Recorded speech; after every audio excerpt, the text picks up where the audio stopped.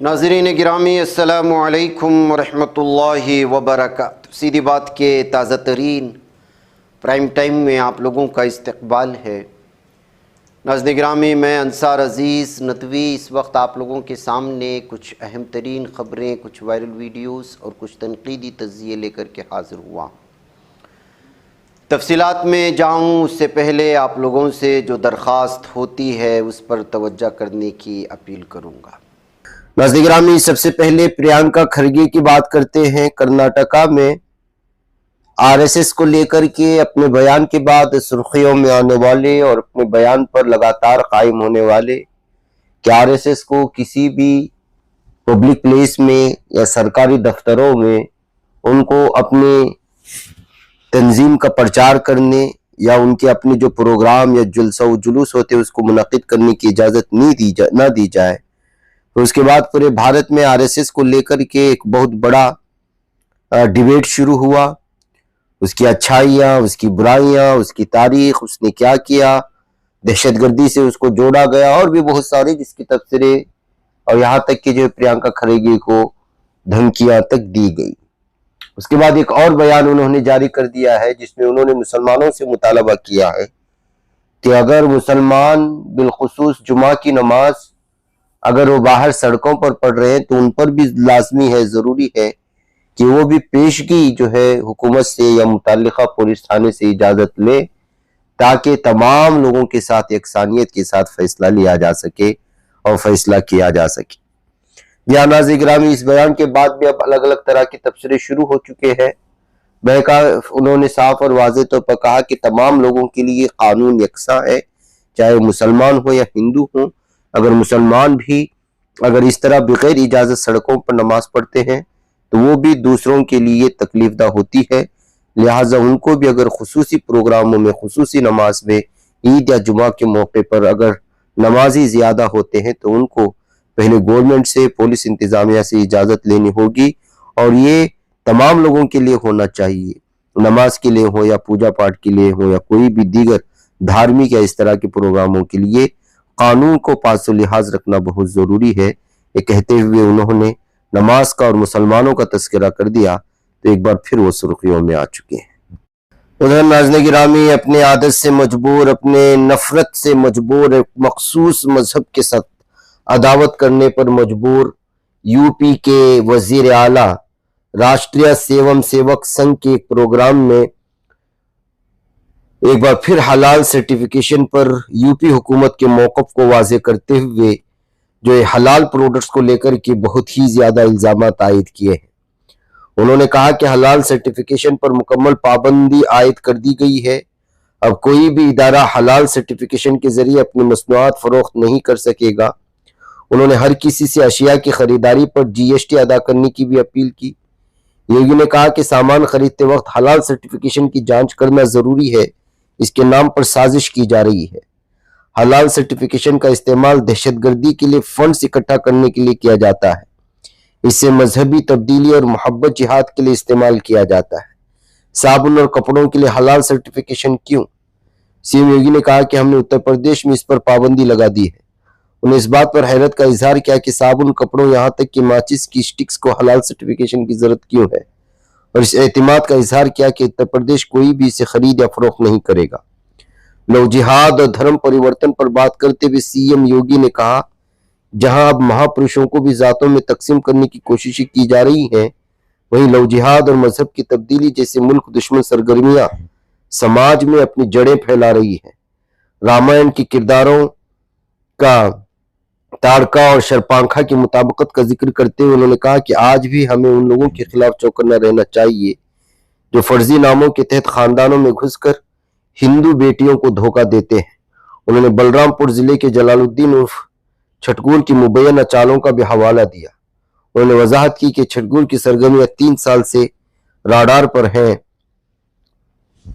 پر تھی اور اس کی گرفتاری تک اس کے اصلی نام علی کو کوئی نہیں جانتا تھا۔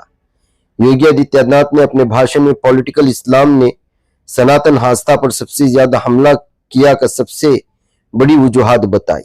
انہوں نے کہا کہ جہاں ہم نے برطانوی اور فرانسیسی استعمار کے خلاف جنگ لڑی، وہیں ہمارے آباء و اجداد نے سیاسی اسلام کے خلاف بھی لڑائی کی۔ छत्रपति शिवाजी महाराज, महाराणा प्रताप और गुरु गोविंद सिंह जैसे कौमी हीरोज को याद करते हुए उन्होंने कहा कि सियासी इस्लाम वो है जिसे मुल्क की आबादी को तब्दील करने और मादरे वतन को खत्म करने के लिए एक आले के तौर पर इस्तेमाल किया जा रहा है।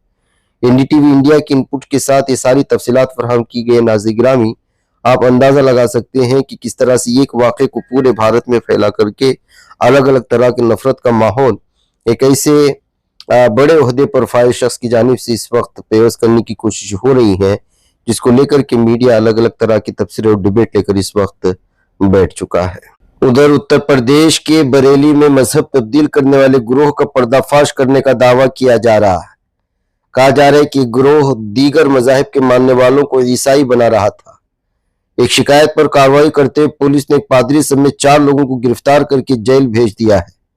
गिरफ्तार शुदगान में मेसी, अमित मेसी, सतपाल मेसी वगैरह शामिल हैं बताया जा रहा है।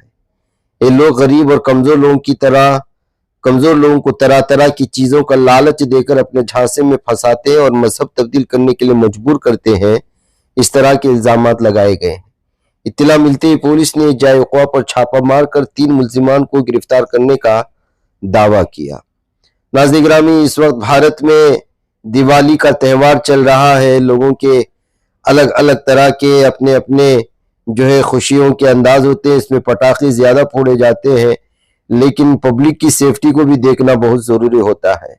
ऐसे में बेंगलुरु का सबसे बिजी एरिया कोरमंगला, जिसको 80 फीट रोड कहा जाता है, वहां पर जब गाड़ियां यहाँ वहां आ रही थी तो यहाँ के कुछ रिहायशी 2 नौजवान बड़े पैमाने पर पटाखे जो फैल करके फटते हैं उनको जलाते हुए नजर आए, जिसकी वीडियो इस वक्त वहां के कुछ लोगों ने या राह गुजरते अफराद ने शेयर करते हुए दावा किया कि आप जरूर त्यौहार मनाएं, लेकिन दूसरे लोगों की सेफ्टी और सिक्योरिटी का ख्याल रखते हुए बनाएं।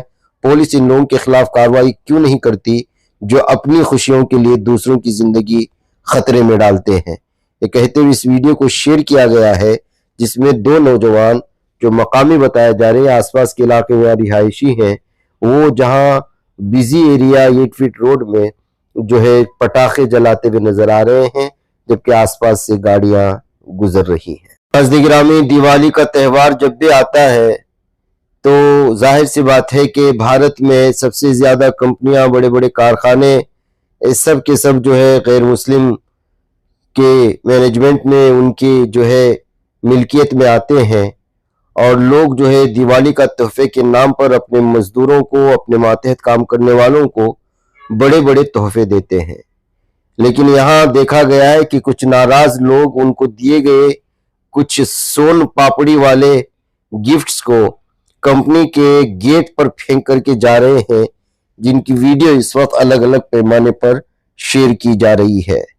बताया जा रहा है कि सोनीपत के गन्नौर में वाक़े एक फैक्ट्री में वहां की एम्प्लॉयज को कंपनी वालों ने दिवाली के तोहफे के तौर पर जो है वो सोन पापड़ी का पैकेट हवाले किया था, जिससे लोग नाराज हो गए, एम्प्लॉय नाराज हो गए और कहा कि इतनी बड़ी कंपनी है और एम्प्लॉयज को सोन पापड़ी बांट रही है, और वो भी दिवाली के मौके पर। फिर उन्होंने अपनी नाराजगी कुछ इस तरह जताई कि वो पूरे पैकेट उठाकर कंपनी और फैक्ट्री के उस गेट पर फेंक करके चले गए, जिस पर अलग अलग तरह की तबसरे करते हुए लोगों ने इस वीडियो को शेयर की है।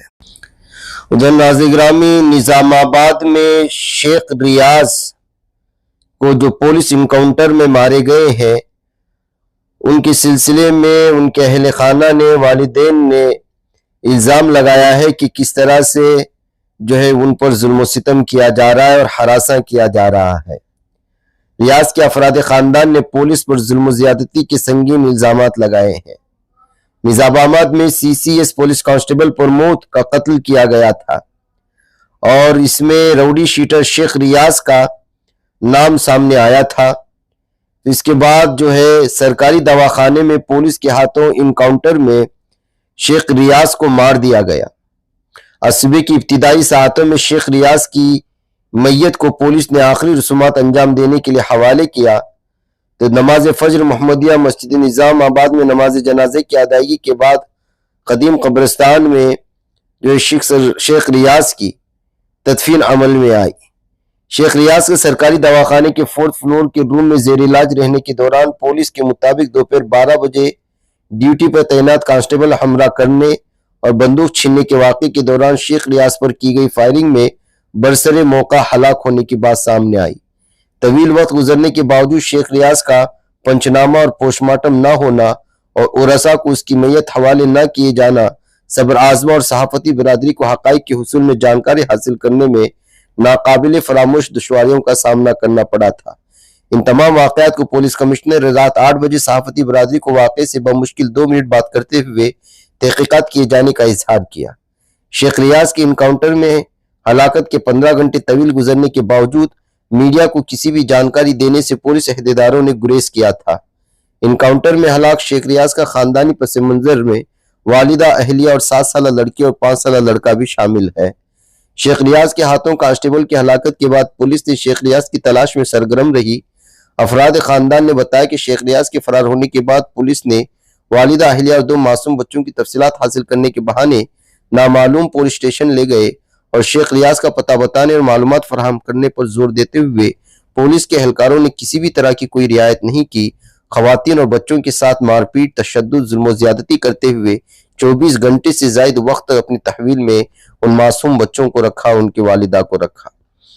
शेख रियाज के अफराद खानदान का कहना कि शेख रियाज के अहम दस्तावेजात passport, Aadhaar card, PAN card, driving licence के अलावा वालिदा का सेलफोन और दीगर दस्तावेजात पुलिस ने जब्त कर लिए।